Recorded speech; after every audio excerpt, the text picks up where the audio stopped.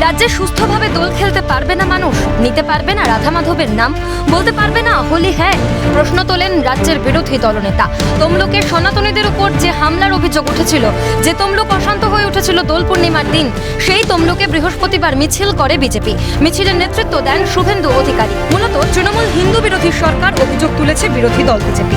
আর সেই অভিযোগ ওঠার পর থেকেই ধর্মের ইস্যুতে তপ্ত রাজনৈতিক মহল। তার মধ্যে বৃহস্পতিবার তমলুকের মিছিলে হেঁটে আবার সেই স্মৃতি উস্কে দিলেন শুভেন্দু অধিকারী।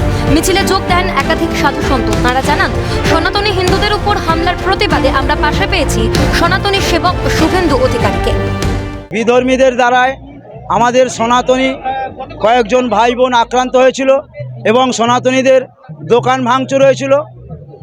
সেই দিন সনাতনীদের সেবক মাননীয় শুভেন্দু অধিকারী মহোদয় সেই যারা আক্রান্ত হয়েছিল তাদের হসপিটালে দেখতে গিয়েছিলেন এবং তাদের বাড়িতে এসেছিলেন। সেই দিনও আমি এসেছিলাম।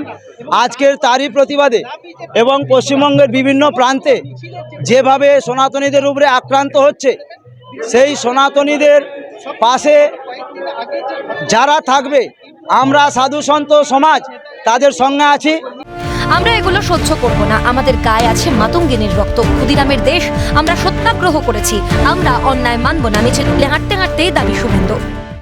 পুলিশ দাঁড়িয়ে দাঁড়িয়ে দেখবে, পুলিশের গাড়ি ঘুরিয়ে নিয়ে পালিয়ে যাবে, এই জিনিস তো টলারেট আমরা করব না। মাতঙ্গিনী হাজারের রক্ত আছে আমাদের গায়ে।